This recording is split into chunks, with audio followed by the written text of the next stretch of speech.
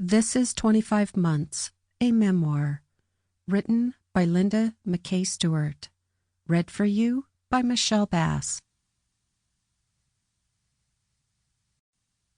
Time present and time past are both perhaps present in time future, and time future contained in time past.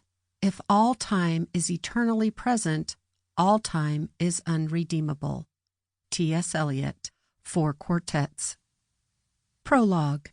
4 windows form the headboard of our bed, a straggle of trees, the marsh, and then the river. Milky moonlight floods our pillows.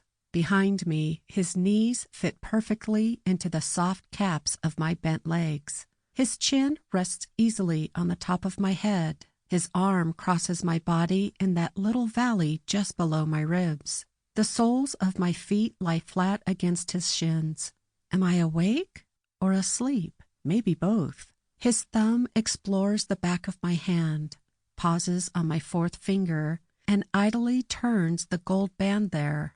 Time and the cool of the night have deepened the groove, and the ring turns easily. Above me, his breath is warm in my ear. "Marry me," he murmurs. Dream or joke? His words, my torpor, merge to pursue me through the shallows of sleep. But already I'm far ahead, sinking into the deep. In the morning, the moon and his words have vanished, forgotten, it seems. Chapter 1. Impression.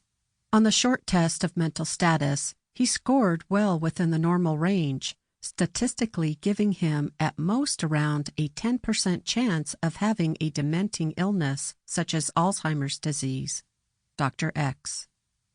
That last day before the beginning was a blue and gold Sunday, cool and clear, the kind of perfection only October can confer.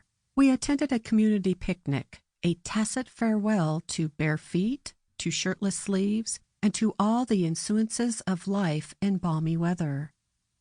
We were tossed, Jack and I, along with a handful of our peer group, into this hilltop gathering like seasoning, just a pinch, but not too much, because the day belonged to the young, 2 or 3 dozen parents, kids in tow.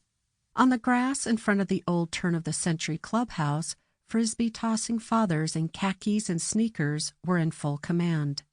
Leggy, summer-tanned mothers, still coiffed in the shining hair of girlhood, took their ease on the wide wooden steps, casually watchful of their tyrannical toddlers playing on the lawn below. Smoke from a couple of cooking grills drifted up through the flamboyant foliage as the self-appointed chefs stood around taking orders and exchanging the latest innaities harvested from their weekly 9-to-5 existences. Ours was a comfortable community, not chic, just comfortable. A good public school system was amply funded by murderous property taxes. Kids could begin sailing in the river rats when they were 8. On Sunday afternoon, year-round, there were sailboat races, open to anyone who could cinch a line or trim a sail.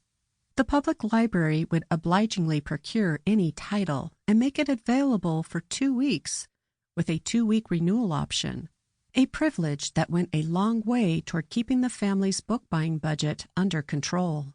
In winter, until global warming spoiled the fun, there was ice boating on the river. In summer, the epicenter of life moved to an uncrowded beach, lately tripled in size by a beach replenishment program that, residents never tired of gleefully reminding one another, was entirely covered by state and federal funding. For the most part, domesticity was housed in hard-to-heat Victorian houses with wraparound porches. Never intended for year-round living, they were designed for the 20th century's first quarter, when Irish or Southern immigrants were grateful for Thursdays and every other Sunday, along with room and board, minimal salary, and the privilege of being called part of the family.